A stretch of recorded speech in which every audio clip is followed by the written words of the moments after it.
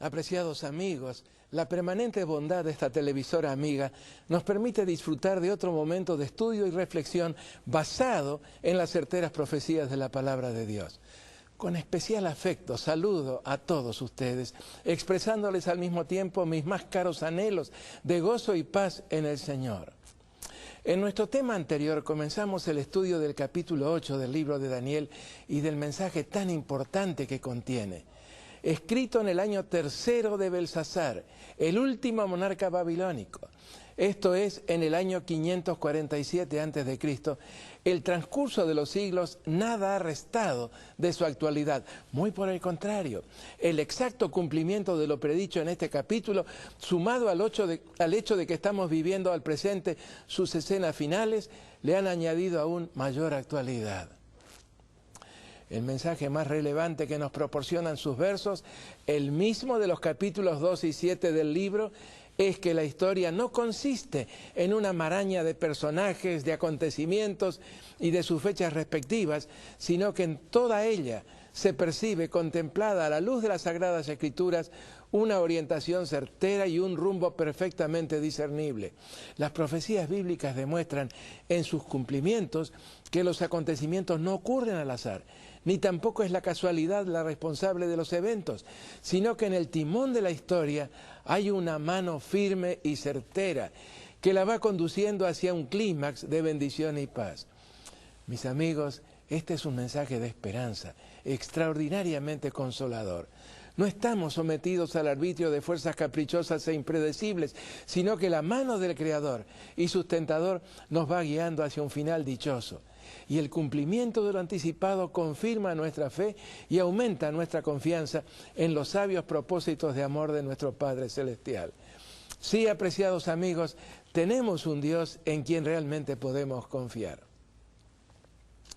Luego de una corta introducción cronológica, los versos 2 al 4 de este maravilloso capítulo, bajo el símbolo de un carnero o cordero, anticipan las alternativas más notables de la historia del segundo de los imperios universales, me refiero a Medo-Persia.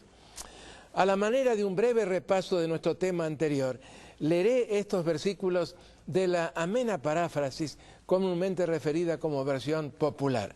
Daniel 8, 1 al 4. Durante el tercer año del reinado del rey Belsasar, yo, Daniel, tuve otra visión, además de la que antes había tenido. Durante la visión me pareció estar en la ciudadela de Susa, en la provincia de Elam. Miré a lo lejos y vi un carnero que estaba a la orilla del río. Tenía 2 cuernos altos, pero uno de ellos le había salido más tarde y era más alto que el otro. Vi que el carnero embestía con sus cuernos hacia el oeste, el norte y el sur, y que ningún otro animal podía hacerle frente, ni librarse de sus golpes. Hacía lo que mejor le parecía y cada vez era más fuerte. La hegemonía de este imperio, el imperio medo-persa, se extendió por algo más de 2 siglos, entre los años 539 y 331 a.C. En los 3 versos siguientes, del 5 al 7, Daniel describió lo que habría de ocurrir después. Como el verso 21 identifica a este símbolo como el poder greco-macedónico, el tercero de los imperios universales, leamos el pasaje con esto en mente y siempre en el lenguaje de la misma versión popular. Todavía estaba yo pensando en lo que había visto cuando me di cuenta de que un chivo venía del oeste, corriendo tan deprisa que ni siquiera tocaba el suelo. Este chivo tenía un gran cuerno entre los ojos, y cuando llegó cerca del carnero de 2 cuernos, que yo había visto junto al río, lo embistió con todas sus fuerzas y le rompió sus 2 cuernos, sin que el carnero tuviera fuerzas para enfrentarse con él. Después el chivo derribó por tierra al carnero y lo pisoteó, sin que nadie pudiera salvarlo. Hasta aquí las palabras del profeta, anticipando cómo Medo-Persia eventualmente habría de caer bajo Grecia, el macho cabrío o chivo procedente del oeste. Resulta particularmente interesante la descripción de la velocidad del avance greco-macedónico sobre los territorios del imperio medo-persa. En efecto, se nos dice que el macho cabrío procedente del oeste venía sin tocar la tierra. En otras palabras, muy rápidamente, lo que coincide en un todo con el símbolo del mismo imperio greco-macedónico en el capítulo 7. Un leopardo con 4 alas de ave en sus espaldas. Otro símbolo de la gran celeridad de su avance arrollador. La descripción del mismo poder continúa en el verso 8. Y el macho cabrío se engrandeció sobremanera, pero estando en su mayor fuerza, aquel gran cuerno fue quebrado, y en su lugar salieron otros 4 cuernos notables hacia los 4 vientos del cielo. Sí, a pesar de una campaña tan fulminante y veloz, a pesar de que todo el mundo conocido habría de postrarse bajo sus pies, el gran cuerno, interpretado en el verso 21 como referencia a su primer rey, Alejandro III Magno, no subsistiría. El momento de su mayor apogeo sería tan solo el preludio de una sorpresiva y estrepitosa caída, cuando se dividiría en 4, tal como también anticiparan las 4 cabezas del leopardo del capítulo 7. Alejandro III Magno, el gran conquistador macedónico, cruzó el estrecho de Dardanelos, llamado el Esponto en aquel tiempo, en el año 335 a.C. Tan solo 4 años más tarde, destruido ya el imperio medo-persa, Alejandro se transformó en el dueño del mundo de aquellos días. Sin embargo, y a pesar de su juventud y del enorme poder concentrado en sus manos, 8 años más tarde, el poderoso monarca moría prematuramente, como consecuencia de una combinación letal de embriaguez y paludismo. Dueño del mundo, pero no del apetito por el licor. Y eso que comenzó bebiendo moderadamente. Tristemente, esa es siempre la misma historia, apreciados amigos. Nunca ha existido un alcohólico que no haya comenzado bebiendo moderadamente. Por eso, lo mejor, lo más sabio, lo más inteligente es no beber nunca una sola gota de alcohol, no importa cuál sea el nombre de la bebida que lo contiene, ni cuánto pueda estar de moda su consumo. Cuando agonizaba en su lecho de muerte, Alejandro III todavía alcanzó a contestar inteligiblemente la ansiosa pregunta que le hicieron sus generales. ¿Quién será tu sucesor? El más fuerte, fue su enigmática respuesta. Cada uno de ellos, como es lógico suponerlo, trató de demostrar que era a él a quien se había referido el gran conquistador. Y en ese intento se derramó mucha sangre a lo largo de algo más de 2 décadas. Finalmente, en el año 301 a.C., después de la gran batalla de Ipso, en el ángulo sudoccidental del Asia Menor, el imperio greco-macedónico se dividió en 4. No en 3, no en 5, sino exactamente, y tal como lo había anticipado la profecía, en 4. Las 4 cabezas del leopardo del capítulo 7 y los 4 cuernos del capítulo 8. Así lo había adelantado Gabriel en los versos 21 y 22. El macho cabrío es el rey de Grecia, y el cuerno grande que tenía entre sus ojos es el rey primero. Esto es el más importante, el principal. El primer gobernante en merecer el título de rey. Y en cuanto al cuerno, que fue quebrado y sucedieron 4 en su lugar, significa que 4 reinos se levantarán de esa nación, aunque no con la fuerza de él. Así fue como surgieron, precisamente, hacia los 4 vientos del cielo. Casandro quedó con Grecia y Macedonia, es decir, con casi toda la porción europea de lo que había sido el imperio de Alejandro. Lisímaco se apoderó de Tracia y Asia Menor. Seleuco I Nicátor se posesionó de la porción más grande, ya que extendió su dominio hasta los límites de la India. Y Ptolomeo I Sóter, el cuarto, se conformó con Egipto, Palestina y parte de Siria. ¿Qué habría de ocurrir después? Lo anticipan proféticamente los versos 9 al 12. Cómo de uno de los 4 puntos cardinales haría su aparición un nuevo poder, extraño, de un accionar siniestro, simbolizado por un cuerno pequeño, como lo describe el verso 9. En sus comienzos habría de ser insignificante, minúsculo, pero no permanecería así por mucho tiempo, sino que llegaría a hacerse insospechadamente grande. ¿Cómo? Esta es la forma en que lo explicó Gabriel. Daniel 8, 23 al 25. Y al fin del reinado de estos, esto es, de las divisiones resultantes de la división del imperio de Alejandro, se levantará un rey altivo de rostro y entendido en enigmas, y su poder se fortalecerá, mas no con fuerza propia, y causará grandes ruinas, y prosperará, y hará arbitrariamente, y destruirá a los fuertes y al pueblo de los santos.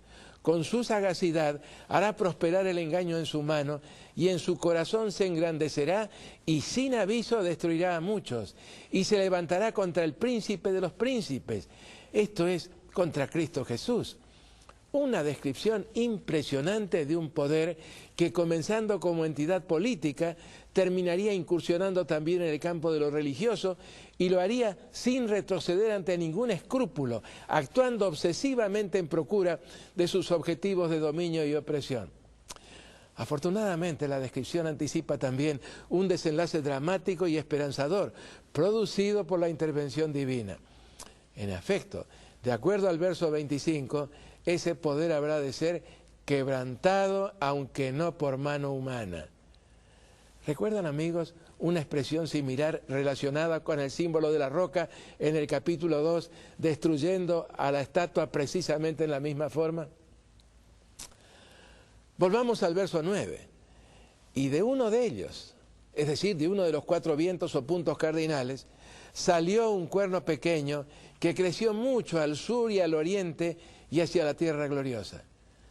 Lo notable del caso es que no se describe el animal del cual procede este cuerno. Por otro lado, en nuestro tema anterior vimos que los animales de esta visión son solamente 2, el carnero y el macho cabrío, lo que podría anticipar alguna referencia al santuario, ya que esos eran los 2 animales que se ofrecían en sacrificio, el cordero en el sacrificio diario y el chivo en el anual. Pues bien, en el verso 14 encontramos la confirmación de esta presuposición. Y él dijo, hasta 2300 tardes y mañanas, luego el santuario será purificado. Sí, tal como lo habíamos adivinado, el santuario es parte del mensaje, una parte sumamente importante de Daniel capítulo 8. Hay otro punto que conviene destacar. Siendo que el cuerno pequeño es descrito como creciendo hacia el este y el sur, su procedencia solo podría ser del noroeste. ¿Cuál fue el imperio? Que luego de la división del imperio de Alejandro en 4, irrumpió desde el noroeste. Solamente uno, el imperio romano. En otras palabras, de uno de los puntos cardinales ingresaría en la escena un nuevo poder representado por un cuerno pequeño, o más exactamente un cuerno de la pequeñez. Sí, tendría un comienzo muy pequeño, pero no permanecería siempre así. Como el animal del cual habría de proceder el cuerno pequeño está descrito en el capítulo 7 y no se lo describe en el capítulo 8, debemos concluir que en el símbolo del cuerno está también contenido el accionar de la 4ª bestia de la cual habría de proceder. En otras palabras, en la descripción de cómo el cuerno habría de crecer hacia el sur y el este y la tierra gloriosa, se anticipan las conquistas de la Roma imperial, apoderándose de todo lo que había sido el imperio greco-macedónico. Y así ocurrió. Avanzando implacablemente hacia el este, Roma se posesionó paulatinamente de las tierras que habían pertenecido a los generales Casandro, Lisímaco y Seleuco, y haciéndolo hacia el sur, dominó también Egipto, el país de los Ptolomeos.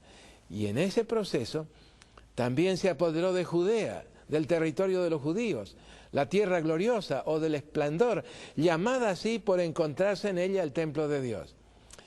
Conviene destacar que la presentación profética del capítulo 8 no abunda en detalles de carácter político. Los mismos relacionados con el Cuarto Imperio ya fueron presentados en los capítulos 2 y 7.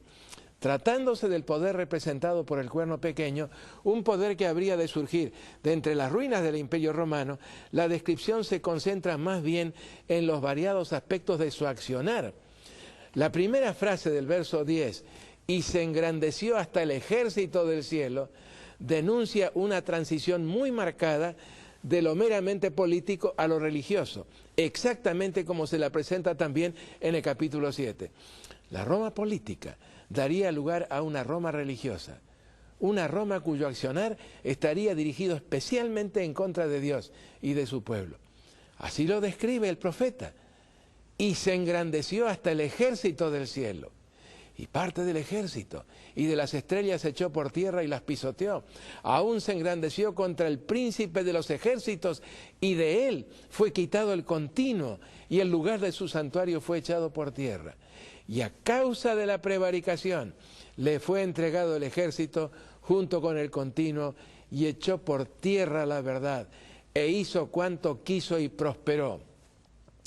Entonces oí a un santo que hablaba, y otro de los santos preguntó a aquel que hablaba: ¿hasta cuándo durará la visión del continuo y la prevaricación asoladora, entregando el santuario y el ejército para ser pisoteados? Resulta evidente que toda esta descripción apunta a un accionar eminentemente religioso. Este poder pretendería representar a Dios y a Cristo en esta tierra, y sin embargo su inspiración verdadera procedería no de Dios, sino del enemigo de Dios. Este poder tendría que ser romano, según la descripción coincidente de los dos capítulos, el 7 y el 8. El cuerno pequeño del capítulo 7 y el cuerno pequeño del capítulo 8 son uno y el mismo poder, el poder apóstata y blasfemo, que habría de surgir después de la caída y división del Imperio Romano y en lo que había sido su misma sede, la ciudad de Roma. Este poder antidios y anticristo recién podría surgir después de que se hubiera producido la caída del Imperio Romano, ya que habría de sentarse en el mismo trono de los Césares. Y el testimonio objetivo de la historia es irrefutable. En palabras del historiador Alexander Flick, por citar tan solo uno de los numerosísimos historiadores que lo confirman: de las ruinas de la Roma política se levantó el gran imperio moral en la forma gigante de la Iglesia romana. The Rise of the Medieval Church, en la página 150. Volvamos ahora a los versos recién leídos, los versos 10 al 13, y destaquemos algunas de sus declaraciones juntamente con una brevísima referencia a su cumplimiento. Y se engrandeció hasta el ejército del cielo. ¿Quiénes constituyen este ejército del cielo? La expresión ejército del cielo se emplea con por lo menos tres significados distintos en las Escrituras. Como referencia al universo sideral, las estrellas, como referencia a los ángeles y también como referencia al pueblo de Dios sobre la tierra. Ahora, en este versículo no hay dudas de que se trata de los hijos de Dios, los verdaderos hijos de Dios, sus representantes sobre este agobiado planeta. En el capítulo 12, verso 3, se los identifica con mayor claridad aún. Los entendidos, es decir, los que realmente comprenden el mensaje de las profecías, resplandecerán con el resplandor del firmamento, y los que enseñan la justicia a la multitud. En otras palabras, el gran tema de las profecías es Jesús y su justicia, como las estrellas a perpetua eternidad. El ejército del cielo son entonces seres humanos, quienes mediante el estudio de la palabra de Dios llegan a comprender las profecías, viven de acuerdo a la voluntad de Dios. Y no solo eso, sino que también enseñan a otros el mensaje profético. Ellos son las estrellas del cielo en la tierra, reflejando en sus vidas, en sus palabras y actos, la luz del carácter de Dios. Sí, el poder representado por el cuerno pequeño habría de engrandecerse en contra de este ejército del cielo. ¿Cómo fue que lo hizo? Declarándolos herejes, condenándolos y persiguiéndolos, como tan claramente lo anticipara la profecía y lo demuestra la historia. El mismo verso 10 nos explica cuál habría de ser el resultado del engrandecimiento de este poder en contra del ejército del cielo, en contra de los verdaderos hijos de Dios. Y parte del ejército y de las estrellas se echó por tierra y las pisoteó. Persecución y muerte, tal como lo anticiparan los versos 21 y 25 del capítulo 7 con estas palabras: y veía yo que este cuerno hacía guerra contra los santos y los vencía, y hablará palabras contra el Altísimo, y a los santos del Altísimo quebrantará, y serán entregados en su mano hasta tiempo y tiempos y medio tiempo. Persecución, sí, pretendiendo representar a Dios, perseguiría a los hijos de Dios. La documentación es demasiado abundante y suficientemente accesible como para que pudiera ser necesario recordar aquí los abismos de crueldad de este poder perseguidor. En el capítulo 11 el profeta vuelve a registrar esas escenas de persecución y lo hace en el verso 33.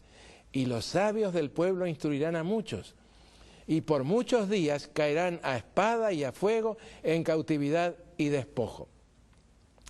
El historiador suizo Gossen comenta de esta manera el edicto del Concilio de Tolosa del año 1229, mediante el cual se dio por concluida la cruzada proclamada por este poder en contra de los albigenses y se instituyó el tenebroso tribunal de la Inquisición. Dice el historiador, era un decreto de fuego, de sangre y de asolamiento.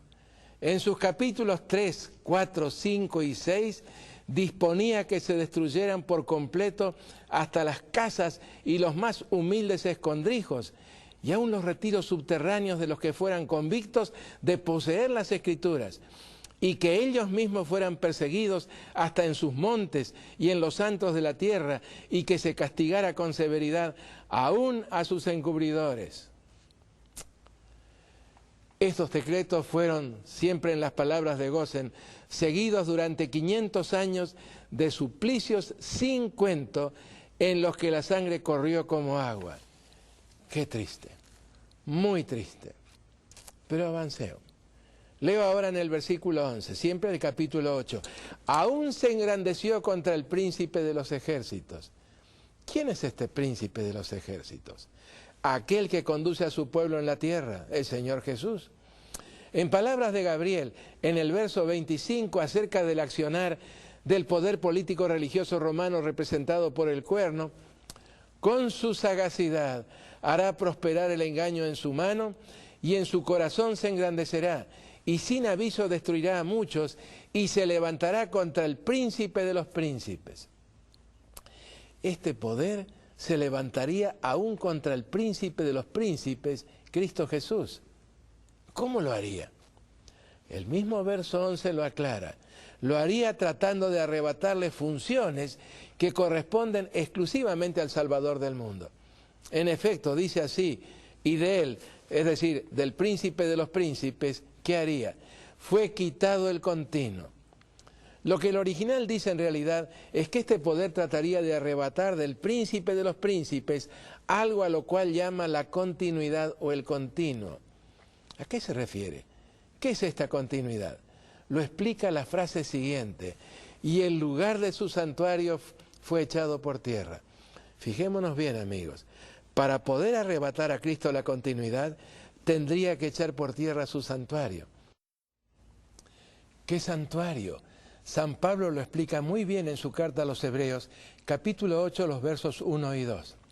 Ahora bien, el punto principal de lo que venimos diciendo es que tenemos tan sumo sacerdote, el cual se sentó a la diestra del trono de la majestad en los cielos, ministros del santuario y de aquel verdadero tabernáculo que levantó el Señor, no el hombre. ¿Dónde está entonces el santuario de Cristo? El versículo es claro, en los cielos. El término continuo o continuidad es referencia a la obra de Cristo en el santuario celestial, aplicando en la forma de intercesión, esto es de perdón y limpieza del pecado, los méritos de la expiación que Él obró sobre la cruz. Por eso mismo San Pablo afirma, escribiendo a Timoteo, porque hay un solo Dios y un solo mediador entre Dios y los hombres, Jesucristo hombre. Sí, la Biblia es perfectamente clara y específica. Hay un solo mediador entre Dios y los hombres, Jesucristo hombre. Y refiriéndose a esa ya mencionada continuidad de Cristo, el mismo apóstol asevera en Hebreos 7:25, por lo cual también puede salvar perpetuamente a los que por él se acercan a Dios, viviendo siempre para interceder por ellos. Viviendo siempre o continuamente para interceder por ellos. Esto es, por quienes lo aceptan como su Salvador personal. ¿Cómo fue que el cuerno pequeño pudo haber cumplido esa especificación y de él fue quitada la continuidad y el lugar de su santuario fue echado por tierra? Este versículo, Daniel 8:11, nos da la respuesta. El lugar de su santuario, el santuario de Cristo en los cielos, fue echado por tierra. ¿En qué forma? Pues instaurando un sistema de intercesión y perdón de los pecados basado en un presunto nuevo sacrificio de su pura invención, Para ello le fue necesario crear un nuevo sacerdocio, con un sumo pontífice a la cabeza, y levantar templos y santuarios para la repetición interminable de ese nuevo sacrificio incruento, es decir, sin sangre. Para hacerlo, tuvo que dejar de lado completamente toda la enseñanza de la Escritura en relación a Cristo y su ministerio. En efecto, en la Epístola a los Hebreos, San Pablo asevera en 7 pasajes distintos que el sacrificio de Cristo fue hecho una sola vez y para siempre. Ese sacrificio perfecto, simbolizado por todos los sacrificios de la ley ceremonial hebrea, puso un definitivo fin a todo otro sacrificio expiatorio. El perfecto sacrificio de Cristo, absolutamente suficiente, es por definición irrepetible. Realizado ese sacrificio con mayúscula, Cristo inauguró su obra de mediación sumo sacerdotal en el santuario celestial y con ello terminó definitivamente con todo sacerdocio humano, con todo santuario humano y con todo sacrificio expiatorio. Sí, mis amigos, fuera de Cristo no necesitamos de ningún otro mediador, ni angélico ni humano. Si los hubo en lo pasado, cuando todavía Cristo no había ofrecido su sacrificio supremo, todos ellos caducaron definitivamente cuando Cristo dio su vida en la cruz. Y ya de regreso en el cielo, inició su propio sumo sacerdocio. Ahora los creyentes podemos acercarnos a Dios directamente, porque junto a su trono tenemos un pontífice, un sumo sacerdote que nos comprende e intercede por nosotros. En consecuencia, cualquier otro sacerdocio es por definición total y definitivamente ilegítimo. El verso 12 hace las veces de un resumen enfático de todo lo anterior.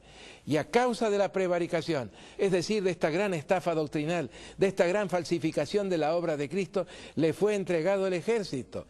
El mismo ejército del cielo del cual habla el verso 10, junto con la continuidad. ¿Cuál fue el triste resultado de todo esto? Lo dice la última parte del verso que estamos considerando: y echó por tierra la verdad e hizo cuanto quiso y prosperó. ¿Cuál es esa verdad que el cuerno pequeño romano o abominación desoladora falsificó y echó por tierra? La verdad de un sacrificio expiatorio ya realizado, allá en la cruz del Calvario, una sola vez y para siempre, absolutamente suficiente.